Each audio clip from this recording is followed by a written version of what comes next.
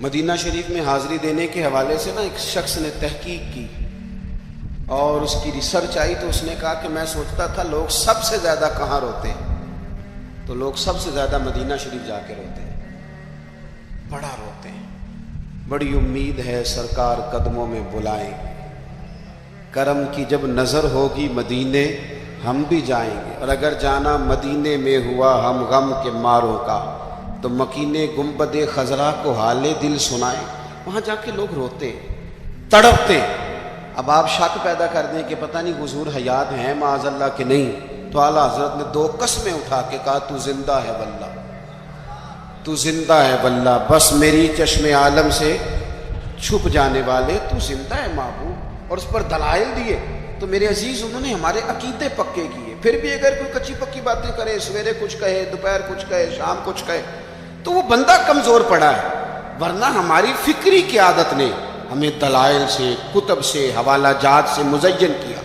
تیسری بات، اعلیٰ حضرت بریلوی کہتے ہیں علم کا شوق پیدا کرو۔ اعلیٰ حضرت خود مرید ہیں ایک سلسلے میں، اور مرید اس طرح کے کہ غلامی والے مرید ہیں۔ آج کل زیادہ تر لوگ مرید نہیں ہوتے، ناراض نہ ہونا، اگر کوئی پڑھا لکھا بندہ ہو تو وہ ویسے بھی مرید نہیں ہوتا، وہ اگر ہو کبھی تو خلیفہ ہی ہوتا ہے ڈائریکٹ، مرید نہیں ہوتا، مزاج نہیں، مرید ہونے کا مزاج نہیں، یہ طبیعت نہیں۔ آج کل لوگ شاگرد بھی نہیں ہوتے، ناراض ہو گئے آپ لوگ، ہو جائیں کوئی مسئلہ نہیں، میں نے تو ابھی چلے جانا ہے، ہو جائیں بے شک۔ آج کل لوگ شاگرد بھی اس طرح لگتا ہے کہ جس طرح کوئی امدادی کتاب نہیں ہوتی، اس طرح استاد سے کوئی تھوڑا سا نا گائیڈ لائن لیتے ہیں، ورنہ وہ شاگرد ہونے کو تیار نہیں ہے۔ میں صحیح بتاتا ہوں، بہت سارے شاگردوں کو میری ملاقات ہوتی ہے اور بعد میں وہ کہتے ہیں نا میں استاد جی کو بیٹھا سا ہوں، تو میں چونکہ دیہاتی آدمی ہوں، میرا 2 ڈنڈے لگانے کو بھی دل کرتا ہے، تجھے پتہ ہی نہیں استاد جی کے پاس کیسے آیا جایا کرتا ہے، تجھے خبر ہی کوئی نہیں۔ میں تجھے بتاؤں بریلی کے امام کیا بتاتے ہیں۔ حضرت عبداللہ ابن عباس کو نبی پاک صلی اللہ علیہ وسلم نے دعا دی تھی کہ اللہ تجھے فقاہت دے، دین کی سمجھ دے۔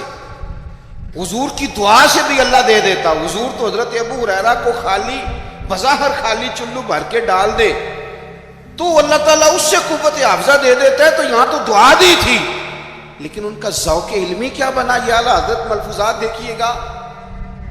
وہ نا خاندان رسول کے چشم و چراغ ہو کے، حضور کے چچا زاد ہو کے، استاد کے دروازے پر جب پڑھنے جاتے تھے نا تو جا کے دروازے پہ دستک نہیں دیتے تھے، کہتے میں اپنے استاد کے دروازے پر کبھی حضرت ابی بن کعب کے پاس جاتا رضی اللہ تعالیٰ عنہ، کبھی حضرت زید بن ثابت کے پاس جاتا، میں جا کے باہر دروازے پہ بیٹھ جاتا، دستک نہیں دیتا تھا، ٹیلی فون نہیں کرتا تھا کہ پیر صاحب میں پہنچ گیا جی، ہار لے کے باہر آ جاؤ، باقاعدہ مرید صاحب آ گئے جلدی کر لیں، استاد جی میں کب سے باہر کھڑا ہوں، یہ انداز نہیں۔ فرماتے ہیں کہ میں دروازے میں بیٹھ جاتا اور کبھی کبھی بیٹھے بیٹھے تھک جاتا، دستک نہیں دینی، وہ خود آئیں گے، دستک نہیں دینا۔ کہتے کبھی یوں بھی ہوتا کہ حضرت ابی بن کعب رضی اللہ تعالیٰ عنہ کا مکان کا دروازہ چونکہ صحرا میں کھلتا تھا تو ٹھنڈی ہوائیں مدینہ چومنے آتی تو ریت کے مقدس ذرے اڑ کے میرے بالوں میں بھی پڑ جاتے، لیکن میں دستک نہیں دیتا تھا۔ استاذ مردی سے باہر آتے تھے اور جب وہ آ جاتے تو پھر میں جھولی پھیلا کے کہتا میں آپ سے رسول پاک کی حدیثیں سننے آیا۔ اعلیٰ حضرت فرماتے ایک دن گھوڑے پہ بیٹھ کے حضرت زید بن ثابت آ رہے تھے تو ضرورت کوئی نہیں تھی کیونکہ انہوں نے لگام تھامی ہے، گھوڑا چل رہا ہے، لیکن یہ بتانے کے لیے کہ میں شاگرد ہوں، یہ بتانے۔ میں کبھی اتنا مصروف نہیں تھا زندگی میں جب آج کل اتنا مصروف ہوا ہوں۔ کل میں نے ظہر کے بعد اسلام آباد سے کوئی 1 گھنٹہ اوپر پہاڑیوں پہ تھا میں، اور آج میں ظہر کے بعد آپ کے پاس ہوں، ابھی مجھے گوجرا جانا ہے اور پھر رات کو وہاں سے واپس لوٹنا ہے، اور کل ظہر کے بعد مجھے خانے وال پہنچنا ہے۔ کئی دفعہ ایک پیر اٹھاتا ہوں تو اٹھایا نہیں جاتا، گاڑی میں بیٹھے بیٹھے حد ہو جاتی، اور اس کے باوجود لوگ روزانہ 25-30 لوگ ہم سے ناراض ہوتے ہیں کہ ان وڈے ہو گئے وہ ٹائم ہی نہیں دیندے، اس کے باوجود یہ حال۔ کبھی کبھی کچھ چیزیں مزہ دیتی ہیں۔ میں نے ایک وعدہ کیا ہوا تھا، لاہور میں کسی سے میں نے جانا تھا تو میرے استاد صاحب کا فون آ گیا، مان لگے کتنے میں، او شاگردو ترس جاؤ گے نوازوں کو، یہ 2-4 جو رہ گئی ہیں ان کی قدر کرو. کتنے میں بھائی؟ میں اس کی تھی حضور میں کہا رہا ہوں. فرمان لگے پرسوں پنڈی جانا ہی. تو میں نے چونکہ لاہور وعدہ کیا ہوا تھا, میں کہ حضور میں ذرا اتنے کی کام میں پرسوں پنڈی کی مصروفیت ہے, تو میرے استاذ ہیں اور یہ بات انہوں نے کی تو میرا قد بڑا ہوا. فرمان لگے تینوں وضاحت دینا میں ضروری نہیں سمجھتا, تو پرسوں سویرے 9 بجے تیار ہو کے سڑک تے آویں جانا ہے. بڑے لوگ دعوت دیتے ہیں, بڑے لوگ پیغام دیتے ہیں, بڑا پیار کرتے ہیں, آپ یقین کریں مزہ آ گیا بات. مجھے جو بندہ پوچھے پنڈی خیر ہے, میں کہا مینوں آپ نہیں پتا. گھر والے پوچھتے پنڈی خیر ہے, میں کہا مزہ بڑا آنا ہے جانے دا, پتہ کوئی نہیں کی کام ہے. انہوں نے کہا پرسوں کبھی مزہ بھی تو لو نا, کبھی ذائقہ بھی تو لو نا. ہمارے ایک بزرگ ہیں, ان کی عمر 65-70 سال ہے, ان کی والدہ انتقال کر گئی, میرے پاس جمعہ پڑھتے ہیں. تو میں ان کے گھر تعزیت کے لیے گیا تو ان کے بچے کہنے لگے کہ ہماری دادی کی عمر 100 سال سے زیادہ تھی پر ابا چوپی نہیں کرتے, ہر وقت روتے ہیں, ان کو کہیں کہ حوصلہ کریں. تو میں نے ان سے کہا کہ بھئی آپ بچے کیا تو ٹھیک ہی رہے ہیں کہ آپ خود 65-70 سال کے ہیں اور آپ کے بچے بڑے ہیں اور شادی شدہ ہیں, تو آپ. انہوں نے بڑی شاندار بات کی.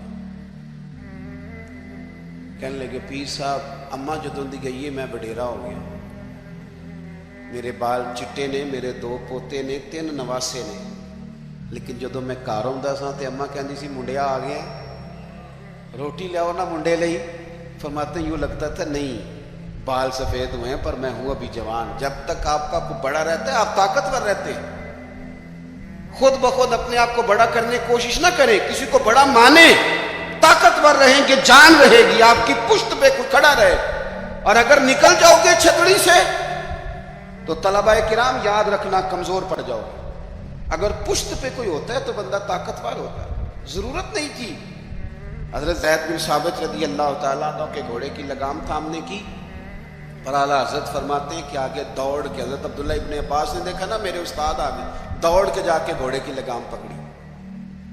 تو حضرت زید بن ثابت کہنے لگے ہو میرے نبی کریم علیہ السلام کے چچا کے بیٹے یہ آپ کیا کر رہے ہیں؟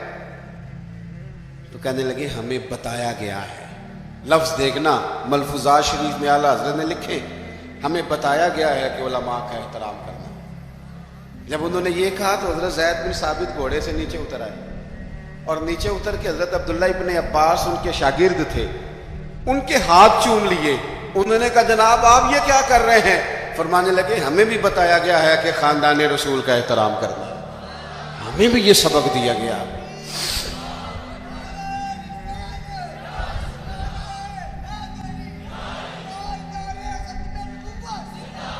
تو ذوق, علمی ذوق پیدا کرے, ادب والا ذوق پیدا کرے, اور علم سیکھیں تو عمل کرنے کے لیے, صرف تقریر کے لیے, بحث کے لیے, کل کو ڈگری لینے کے لیے نہیں. آپ علم اس لیے سیکھیں, جب نا علم خالی تقریر بن جاتا ہے نا, اور علم خالی تدریس بن جاتا ہے, پھر وہ اس طرح کا بھی بعض اوقات معاملہ بنتا ہے کہ عارف رومی کہتے ہیں کہ اگر تو صرف لفظ تجھے یاد ہے اور تو عمل نہیں نہ کرتا تو یہ لفظ تو طوطے کو بھی رٹا دیا جائیں گا تو وہ بھی رٹ لے گا, تیرا اور اس کا کیا فرق ہوگا؟ جب تک آپ عمل نہیں کرتے علم پر, جب تک اس کو عمل کے حصول کے لیے حاصل کرے. خالی میں ایک درویش کو پڑھ رہا تھا, ان کے خلیفہ صاحب نے خط لکھا کہ حضرت میں اب تقریر بھی کرتا ہوں, تدریس بھی کرتا ہوں, تصنیف بھی کرتا ہوں.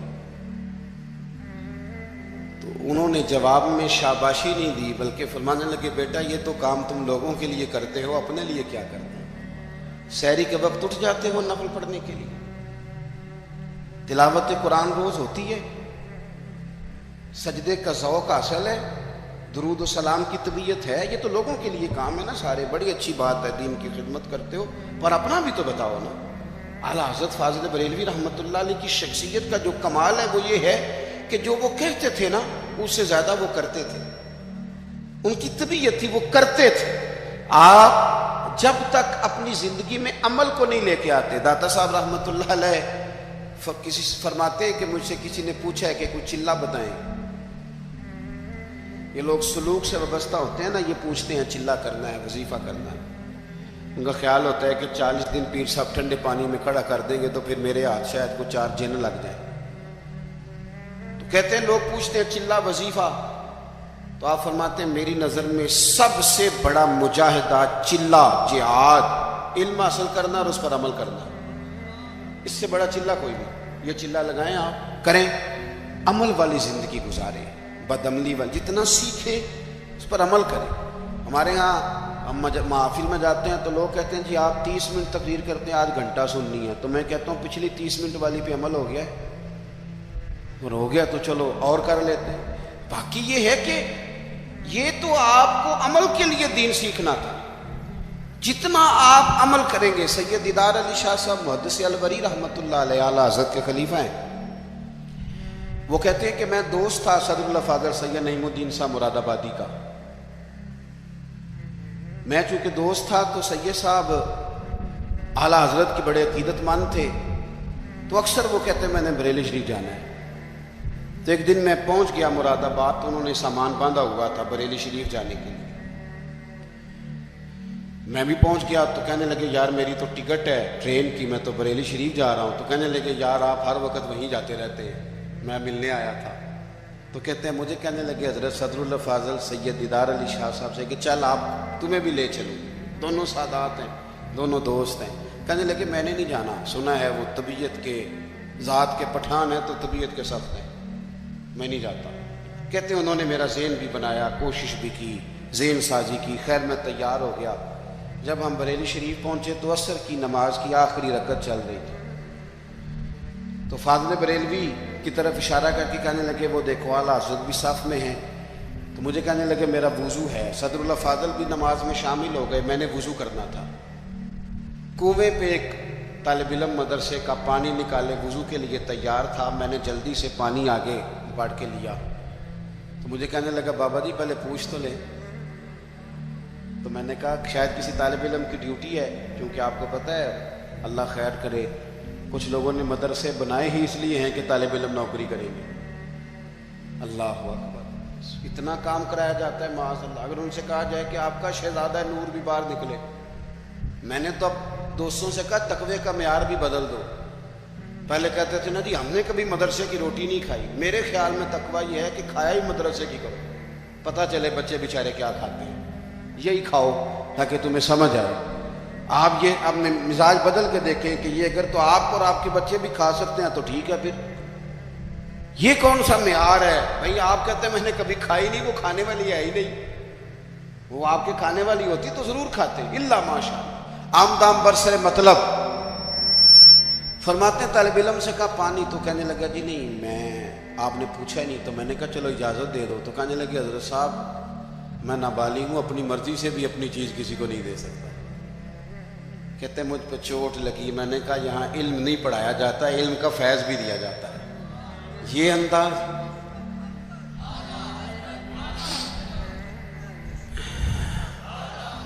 سنیں گے جی آپ. کہتے ہیں میں وضو کیا جب تک نماز مکمل ہو گئی. چونکہ حضرت صدر اللہ فاضل تو ابھی نماز میں تھے, 3 رکعتیں پڑھنی تھی. تو اعلیٰ حضرت بریلوی مسجد کی سیڑھیاں اتر رہے تھے تو میں چڑھ رہا تھا. اعلیٰ حضرت کو اللہ نے کوئی کمال دیا تھا کہ وہ چہرہ دیکھ کے بتا دیتے تھے کہ بندہ سید ہے. چہرہ دیکھ اللہ نے انہیں یہ انشراح صدر عطا فرمایا. کہتے ہیں پہلے تو انہوں نے نا میرے ہاتھ ہی چوم لیے, بات ہی رنگ ہی اور پکڑ گئی, اثر ہی بڑا ہوا. تو میں نے پوچھا طبیعت کیسی ہے؟ تو کہنے لگے مولانا طبیعت کا کیا بتاؤں, ذات کا پٹھان ہوں, طبیعت ذرا سختی ہے. چونکہ پٹھان ہوں تو طبیعت ذرا میری سختی ہے. کہتے ہیں میں سمجھ گیا. بس پھر حضرت صدر اللہ فاضل اگلی صبح کہنے لگے چلیں. میں نے کہا آپ نے جانا ہے تو جائیں. میں جب تک دور تھا بات اور تھی, اب تو حضور میں ہوں, اب تو بات اور ہے. تو میرے بھائی علم کا فیضان ہو, اس پر عمل ہو. آخری بات جو آپ کی خدمت میں عرض کرنی ہے بڑے درد کے ساتھ, وہ یہ ہے کہ ہمارے جتنے بزرگ تھے نا, صوفیاء تھے, اللہ والے تھے, ان کے دلوں میں نا دوسروں کے لیے بڑا درد رہتا تھا. ہماری طبیعتوں میں نا خود غرضی پورے عروج پہ آئی ہے. دوسروں کے بارے میں ان کی طبیعتیں, جتنے بھی کام کرتے تھے امت کی ملت کی خیر خواہی کے لیے کرتے تھے. ہم الا ماشاءاللہ جو قدم اٹھاتے ہیں تو وہ اپنا نفع نقصان دیکھ کے اٹھاتے ہیں۔ جب تک آپ کے دل دوسروں کے حق میں نرم نہیں ہوتے، غریب آدمی جو ہوتا ہے نا یہ سیانا نہیں ہوتا۔ غربت نے میرے بچوں کو تہذیب سکھا دی، اب سہمے ہوئے رہتے ہیں، شرارت نہیں کرتے۔ غریب سیانا نہیں ہوتا، کیوں کہ مہنگا موبائل نہ ہو تو چلانا بھی نہیں آتا، تو بندہ کیسے سیانا ہوگا؟ وہ اس لیے سیانا نہیں ہوتا کہ کار نہ ہو گھر میں تو اس کا دروازہ بند کرنا بھی بندے کو نہیں آتا۔ غریب سمجھدار نہیں ہوتے، اور اگر وہ سمجھدار ہوتے تو پھر وہ غریب ہوتے۔